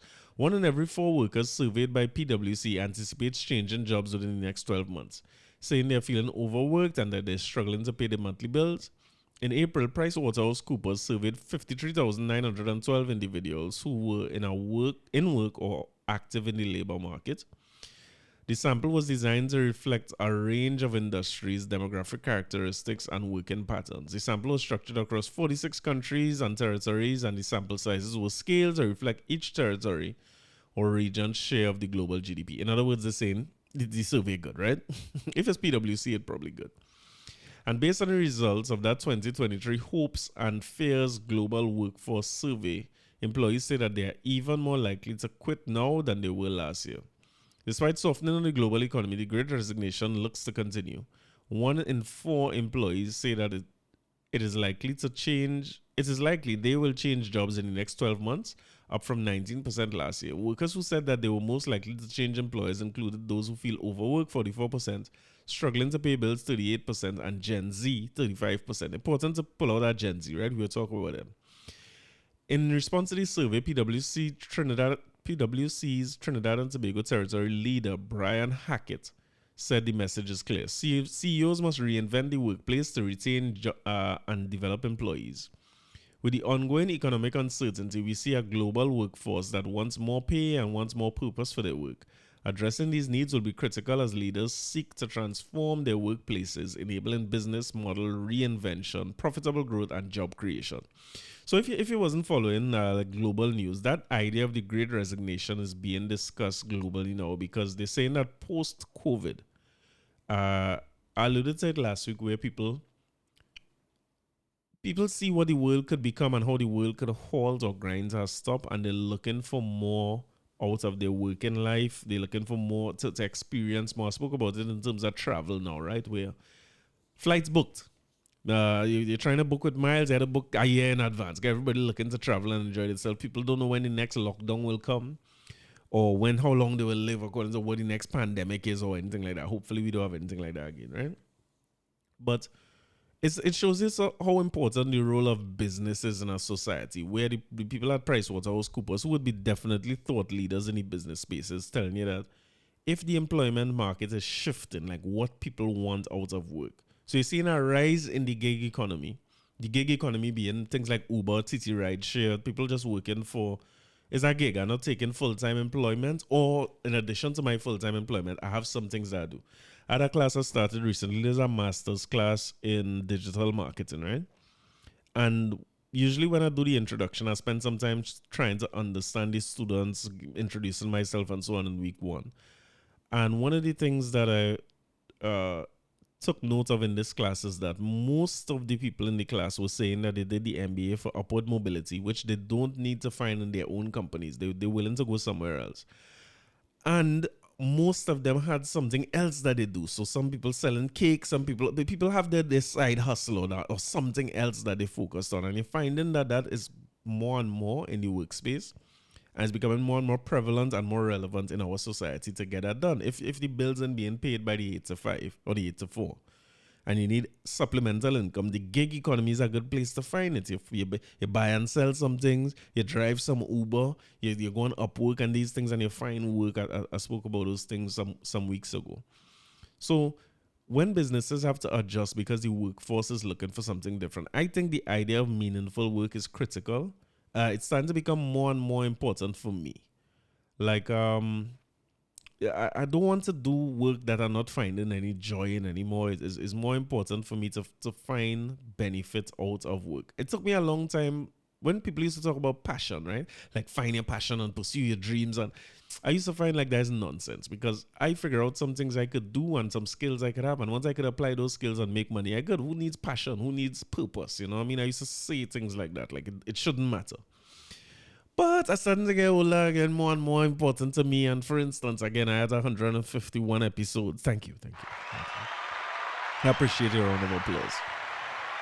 And me make a sense. Nobody ain't paying me to do this. I doing this because I love doing this. I love the feedback that people give me and the fact that I know I listen to podcasts often too on the radio, and I know how it is to sit on the radio in the morning and Dale and Tony are there or Blaze and JW and come out. So I try to be as consistent as I could, not because somebody paying me to do it, because I want to do it and I enjoy the results that I get. I feel good when I finish with an episode. I don't feel so good when I realize I have a next episode to do and the amount of time and researchers take me to do some. But I just feel good overall. And I feel much more good than I ever feel bad about this process, right? And that's what people are looking for out of work these days. So as business owners or business people, if you want to continue to attract the best and the brightest, we have to constantly adjust to what the market conditions look like and where we can continue to attract and keep the best people, right?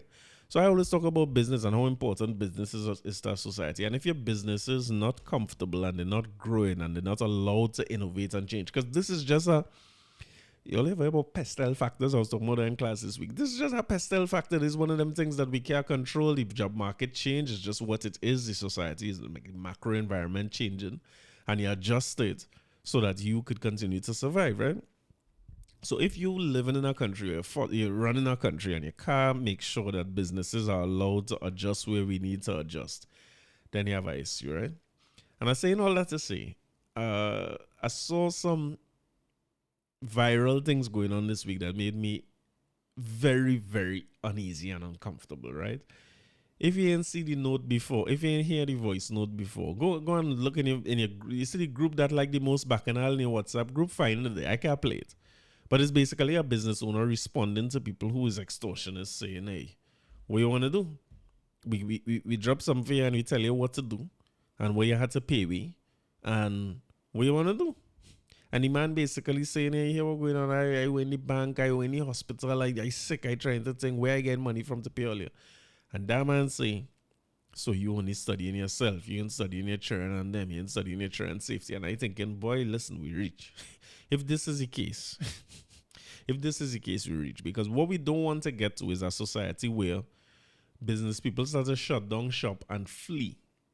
In the midst of this area where there's a great resignation and people looking for more purpose and the rise of a gig economy, you don't want to create a society where business people decide, whatever I have and whatever I make so far, I done of that. Let me go in a society where me had to worry about this kind of phone call.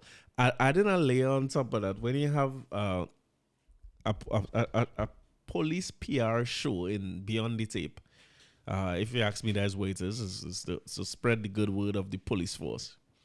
When you have one of the more senior and the more visible policemen basically saying, yeah, them person them coming from the jail, and it's like I don't know what road we going down as a society and where we need to arrest it.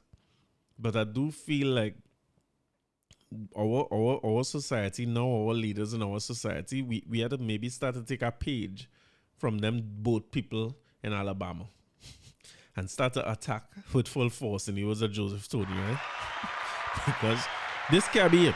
That man can't be left after getting a phone call like that to just fend for himself and defend himself and whatever happened, he had to see about that and wet them up. And so we can't leave it to that. because then the society going all the way down the drain. So, I mean, I don't want to say too much about, I can't say too much more about that and that. Go and find that recording yourself and see if you could make sense of that. Again, I just here to play Badman Calypso tune, right? So, this is another one I want you to take in for me. I know I played this recently, right? I played this a few episodes ago, but I want you to notice something. When it comes to badness in Calypso, it's really two men in charge, you know.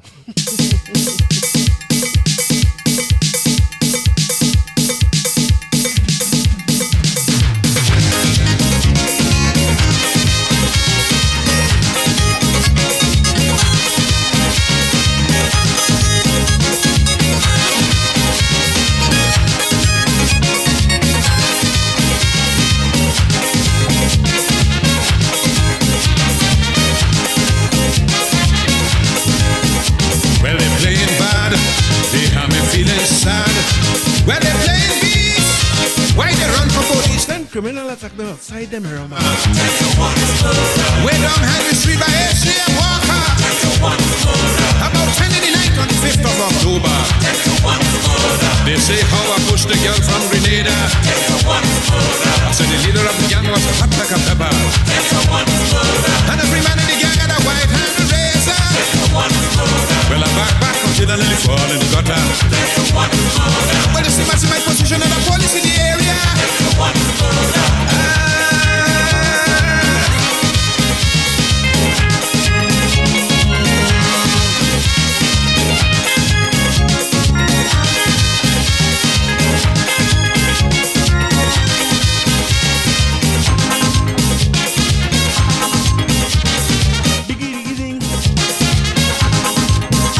Well, I start to sweat. Man, I'm soaking wet. Mama, so much sweat.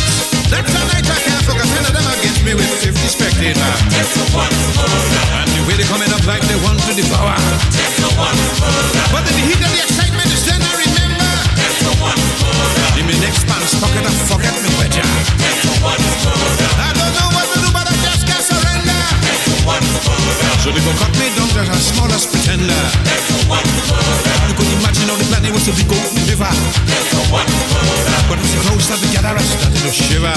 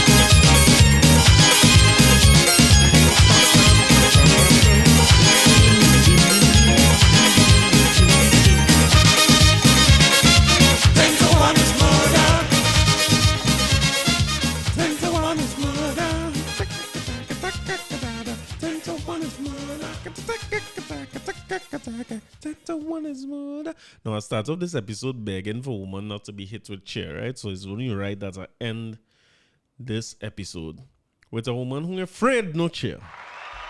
Kamla, I am a dangerous woman. So this is from the news thing from Sean Douglas. Opposition leader Kamla Persad-Bissessor said that she's a dangerous woman, but had to be so to stand up for the victims of violent criminals, whom she accused the government of ignoring. She was addressing the UNC rally at Pinal ahead of Monday's local government election. Wait, next week is local government election? So we could be okay. So good. This is the last time that Kamla will be my topic for 5 of the 6 topic anything, right? So we could be done by next week. We could just report on who win the election and we go move on back to regularly scheduled program, right? But when the politics in the air are covered, right? I have to be a dangerous woman to protect you and your family. What is called that? Chided. That's how you say that. She chided unnamed people who she said had suddenly found their fake sense of humanity in seemingly prioritizing the rights of criminals over the rights of victims. They all say nothing about crime. They say nothing about robberies, nothing about rapes, nothing about murders, nothing about brutal home invasions. They keep quiet about the dehumanizing treatment of the victims of crime. They don't complain about how hard it is for ordinary citizens to live and survive here. But when I say light up the criminals, they turn expert in what is reasonable force. And they're so concerned about the rights of bandits who force themselves into people's homes. Right on my Kamla voice. She scoffed that her critics were purportedly experts in race relations and are concerned about speech. What about defending the victims of home invasions and crime?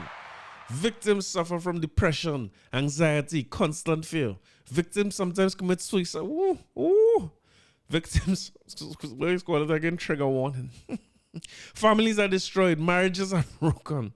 Children are left scarred for life. What about the feelings of the victims? They call me a dangerous woman. Well, yes, I have to be a dangerous woman because there are too many weak men and weak women in positions of influence who do nothing to protect you.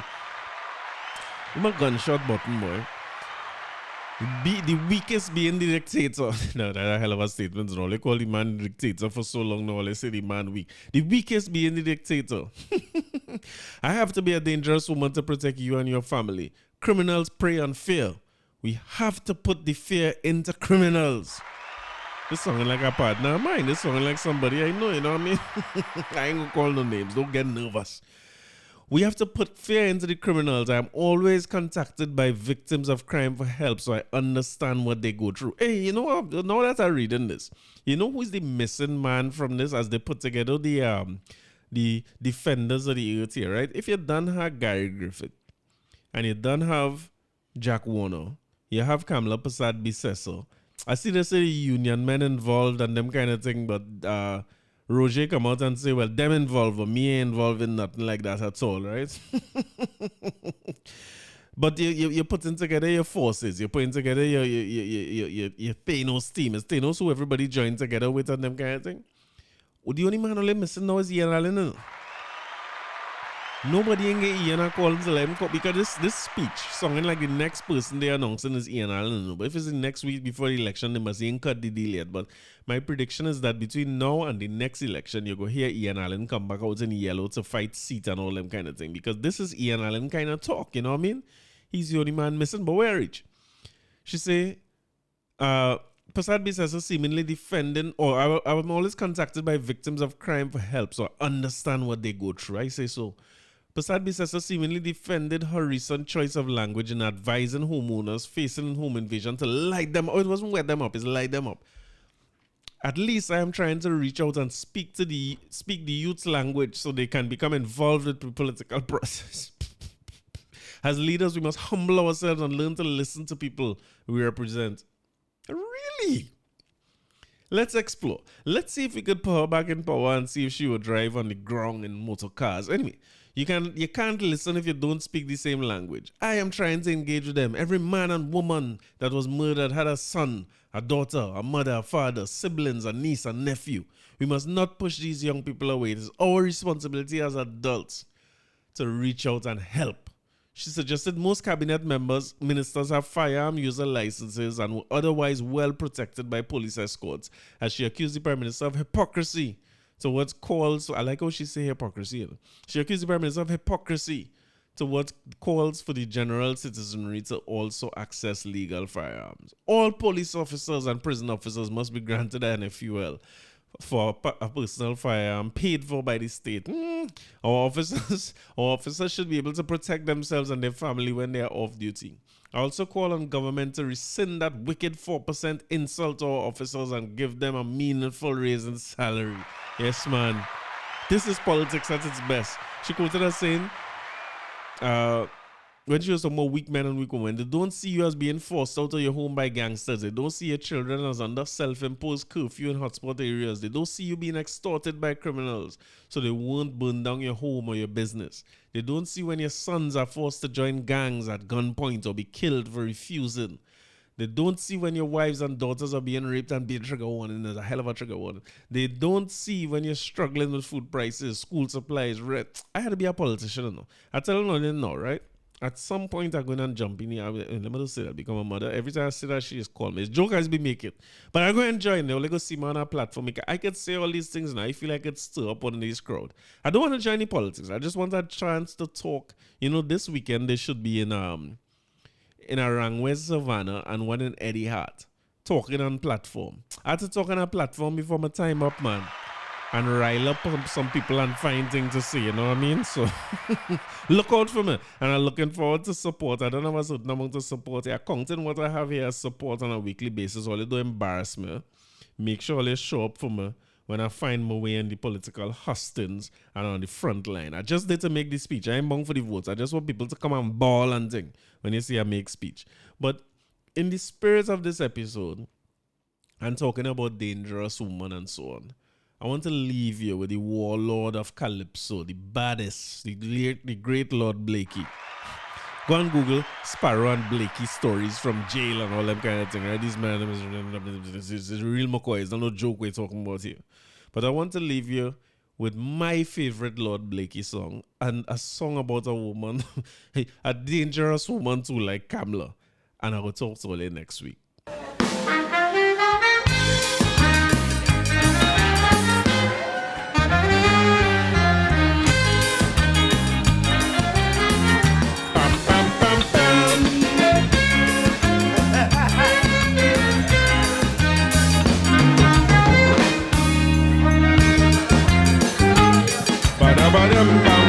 I was playing a boss, but look at me cross. Friends, this thing reach so far. Man, quite in this out, I still in a doubt. I pick up with Maria.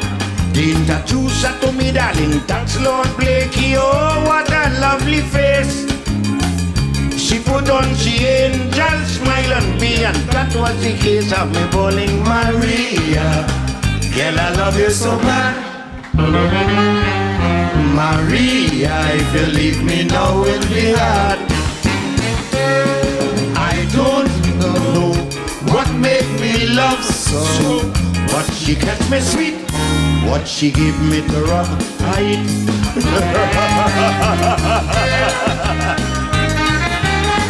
Let's go!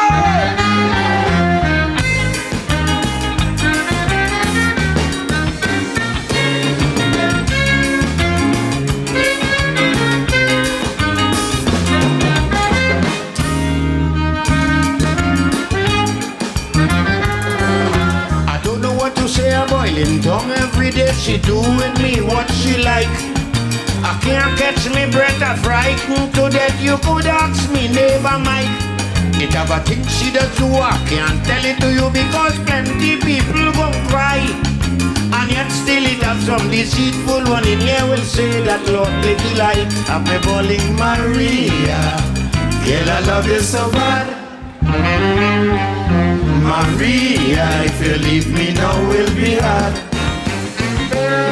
She's somewhere hiding in the back there as I finish sing and get me money to take everything. Reminded me of somebody, you know.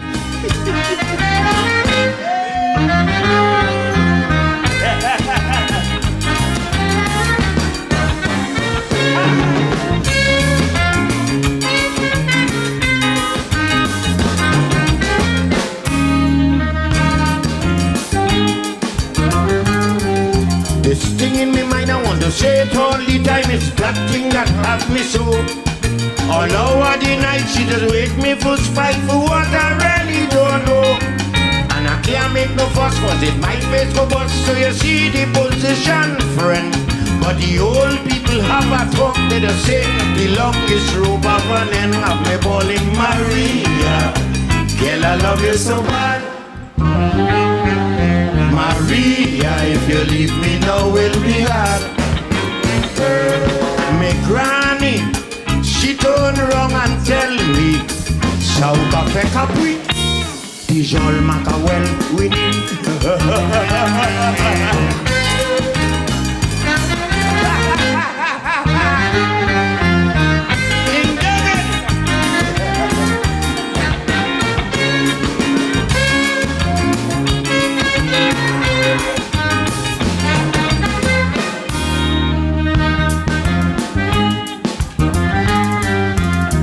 Looking cooler, easy to fool, any woman could try the fate. I'll tell you it's frank, got some cash in the bank, so come before it's too late. And don't make a mess, I'll give you my address, any woman could come by me. And when you leave anyone or your friend want to try, you could send them by Lord Blakey of me bowling Maria. You better tell them the fact. When you leave me, girl, you're bound to come back.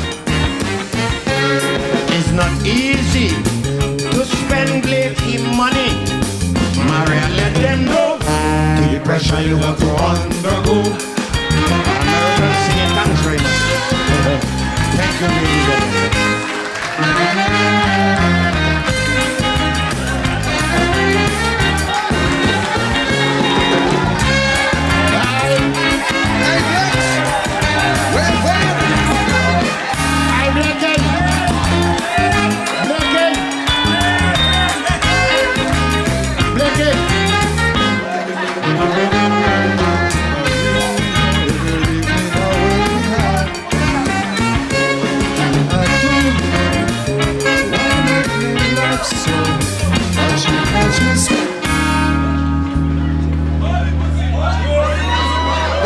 everybody relax. We're going to a different level.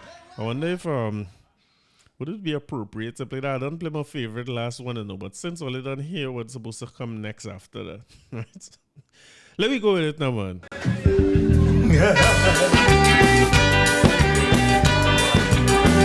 Ay, ay, yeah.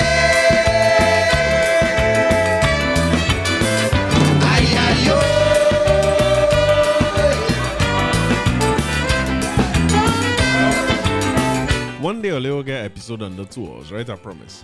Did you hear about the thief in pussy? Can't be hold up in Sandy Grandy. You can't cook and leave it at all. That pussy can't just make you ball. It's one way to get a relief. So they plan one night to capture the thief. As he crawl in by my neighbor's son, and the boys say push the cat start to run. They're rolling him. Hold the pussy, hold the pussy, hold the pussy cat. If you see him, hold the pussy, hold the pussy, hold the pussy cat. Pussy running. Hold the pussy, hold the pussy, hold the pussy cat. Hold the pussy, hold the pussy, hold the pussy cat. You had to be one of the bad boys of Calypso to sing this back in the days. And what year this would be? What era this from? This ain't song ain't good now, much less back then.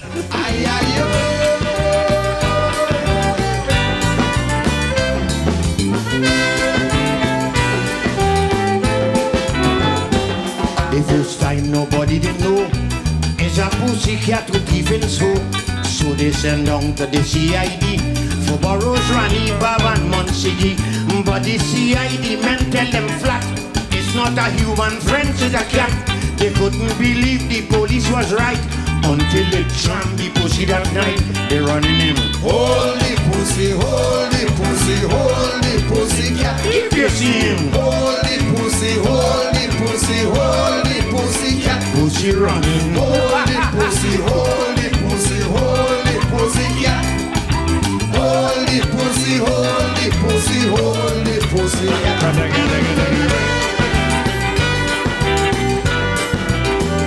Ay, ay, yeah.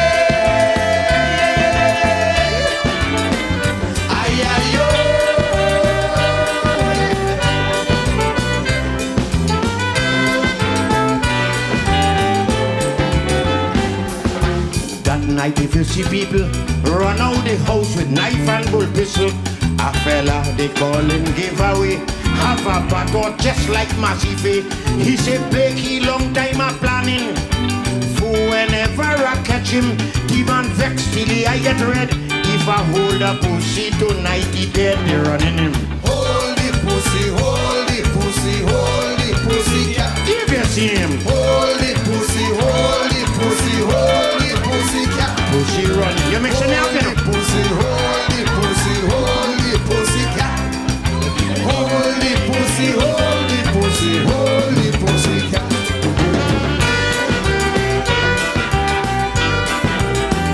Ay, ay, ay.